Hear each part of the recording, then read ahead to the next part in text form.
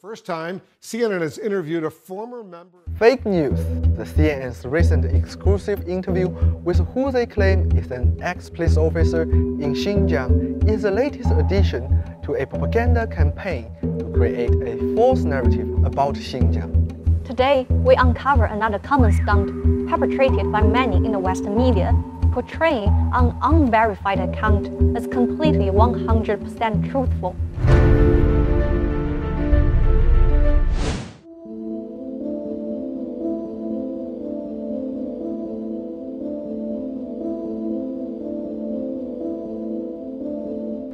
Here we have Damo, a real police officer who is also a popular content creator with millions of followers on social media. 从这个人的走路形态等等综合的方面啊，对于我一个老民警来说，这个感觉不像。你通过我那个大脑门，对吧？你观众很快就认出哦，原来是这个人。对于他的所谓的这种马赛克叫遮挡啊。 我们如果跟他生活过半年，甚至经常在视频里面看过，比如我包括视频前面观众经常看到我的这个大脑门，根本就是按照他这个戴一个墨镜、戴一个口罩，他根本就挡不住。但是话又说回来了，你们发现没有？他的口罩很刻意。我们正常戴的一个口罩是有一些弹力的，所以说他会刻意去绑了。我看那个视频，我觉得很诡异，就是。 他去绑了一个很短的口罩，去勒着这个脸，显得很肥胖、很压迫，就觉得这是新闻吗？这不是新闻，这是纪录片，这也不是纪录片，只能是营造两个氛围。第一，你们一定要相信我是警察，因为我穿了警服来了。第二个，我告诉你们这个事情绝对保密，非常的恐怖，非常悬，所以只能叫一部影视作品，而且还是有剧本的影视作品。 Look, one more detail. The former detective called himself Jiang in the CNN video, but here's a man who looks exactly the same appearing in summer at a Uyghur tribunal. The tribunal, which in fact is a private company of the NED-funded World Uyghur Congress, itself a creation of the US government. In the tribunal, he calls himself Wang Leizhan. And in the kangaroo court, he completely contradicts the claim he made to CNN. In fact, all three people appearing in the CNN piece had given written and spoken statements to the Uyghur tribunal, but CNN never mentioned it.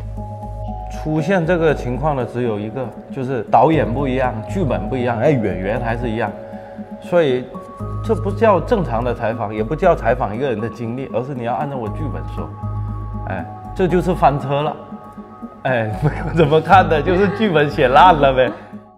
This so-called police officer, Mr. Zhang, he has like 3 different versions of the same story now, and none of them match. So we know that they're lying. Their motivation is obviously not telling the truth. So if it turned out that they were getting paid, that would obviously be what is motivating them. And there could be political reasons that motivate them as well. A lot of them are involved in these US government-funded separatist organizations like the World Uyghur Congress, the Uyghur Human Rights Project, Campaign for Uyghurs. These are all funded by the US government.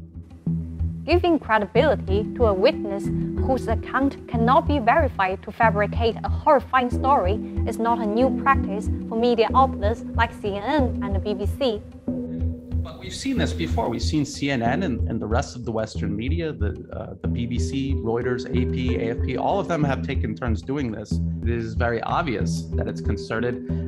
One organization being unprofessional and filing unverified reports, okay, maybe you could accept that they're just being sloppy journalists, but when they're all doing it, all of them without exception, then it's obviously concerted. On social media, people point to the fallacies in the CNN videos and laugh at them. Why do these media outlets keep inviting paid actors to spread fake news? They are muddying the water and polluting the minds of their audiences. And upon being unmasked as fake news, they do not even apologize or recheck the disinformation they have let loose. I would call this cognitive pollution.